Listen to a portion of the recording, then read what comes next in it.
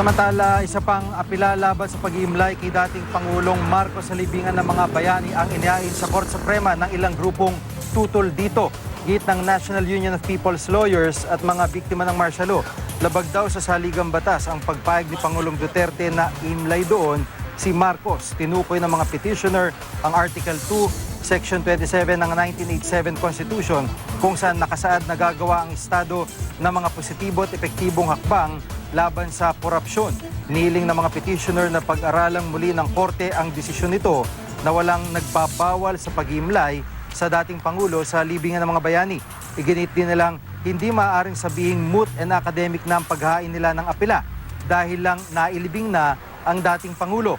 Kung ibabasura raw ang kanilang apela, tila pagkonsinti raw ito sa anilay maleficent behavior ng mga Marcos sa madaliang paglilibing. Nagain na rin ang apela si Albay Congressman Ed Salagman para sa mga pamilya ng mga desaparecido ng martial law. Ipinunto niyang walang ibibigay na closure ang pag-imlay kay Marcos sa libingan ng mga bayani. Mali rin daw na ibatay ang desisyon ng mayorya sa AFP Regulations G 161375 dahil hindi raw ito epektibo hanggat hindi na irerehistro sa Office of the National Administrative Registrar. Ang ilang labor group naman nagkakasa ng protesta laban sa Heroes Burial kay Marcos sa November 30, Bonifacio Day. Mula Welcome Rotonda ay tutungo sila sa Mendiola sa Maynila at sinusubukan pa po naming kunin ang panig ng mga Marcos kaugnay po ng usaping ito.